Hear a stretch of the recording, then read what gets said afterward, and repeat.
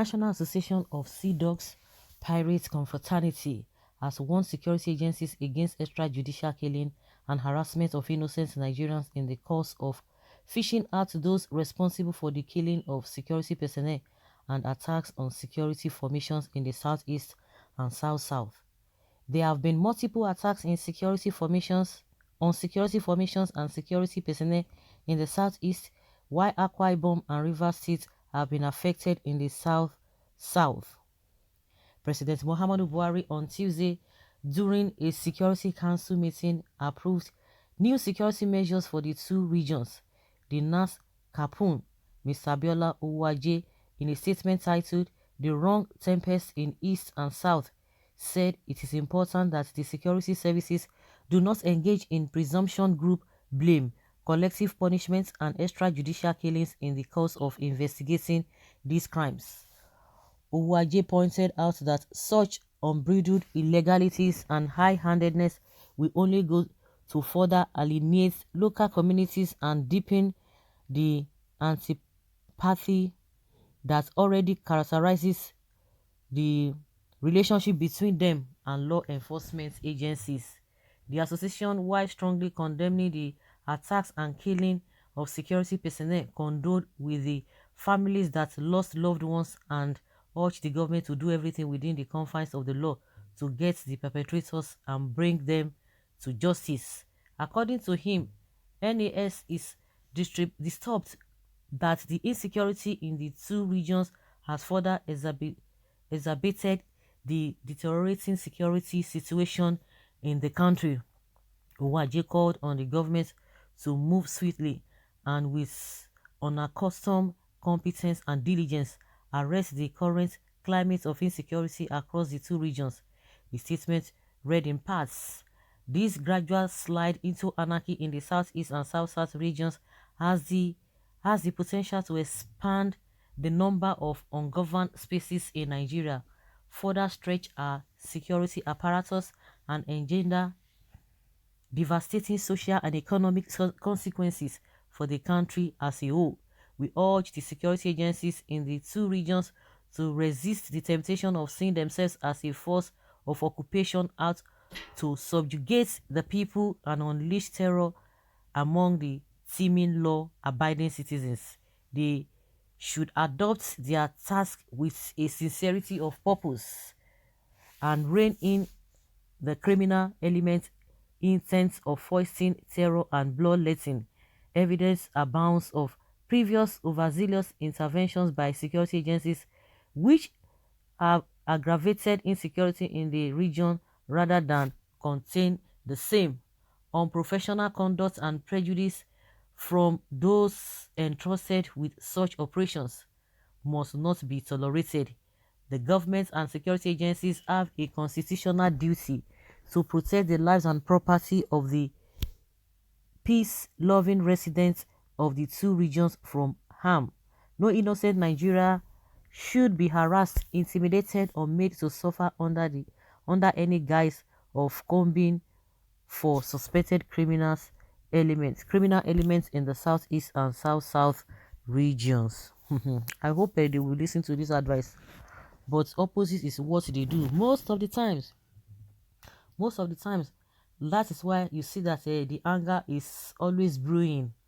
We know those who have been committing atrocities that led to where we are today, but they have never done anything about them. I can remember somebody was asking question that, asking Ali Ndume, because Ali Ndume now said that IPOP is not the fourth security challenge that we are having in the country. And somebody now said, if they are the fourth, then what happened? What have you done about the first, second, and third? That now you are jumping to complain about the fourth, according to you, to jump at the ESN. So what have you done about those other ones? That is the question I'm asking. What led us to this place? Who were the people that started this, whatever, all these problems that we are faced with? What have you done to them? They have done nothing to them. They don't talk about them. They don't go after them, but they will go after other people who are saying we are not going to allow those who have caused the problem to continue to create the problem and create fears among us. Those are the people they are going after, but they will not accuse, or they will not even go for those who have started the problem from the beginning. And those who started the problem, they are still creating more problems. And yet, nothing is being said by the police to them. So this advice that this confraternity group giving to them, they will not even take it. They won't take it because they already have a template that they are following. Well, a lot of injustices are going on in Nigeria and leaving men as silent. Now is the best time to end Nigeria. Referendum is the only solution to save lives and properties in Nigeria. God rules in the eastern part of the country. His spirit is roving over all the places. When God overlooks Nnamdi Kanu, ESN and the unknown gunmen will take charge. We are the children of light, therefore no confraternity is welcome in the children of God matter.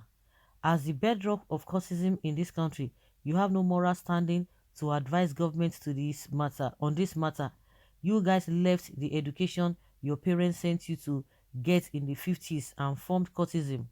If you say it is non-violent, then tell us what happened to Bolaji Kari in 1972. Tell us why Soyinka held a radio station hostage with a pistol. You think we don't read history? Nonsense. Unknown presidents that have refused to address the nation. Our killing of terrorists is global cause. Here in Nigeria should not be exception. Fulani terrorists is number 4th in global terrorism index. Covering the Fulani atrocities like Nigeria securities does is what give birth to attack securities, because they all are one. And Nigeria now to save lives. British, okay? Where are you when northerners were killed and tortured? Why is now you speak out? Okay? Well, someone says, let the northerners leaders speak for northerners. Afiabiu. What a confused double barrel mouth entity of group of people making hell of noise. What a country where a cultist group is warning the government. Okay. As your name sounds, since your government can't do anything, then group of citizens can do something. You have no point here. Who is to blame if not the government that has refused to take the mantle of responsibility? It is a totally shame having those monsters in power, the weakest government ever in history of Nigeria. They are one of the pressure group. Stubborn and heartless people need higher hand. Oh my God.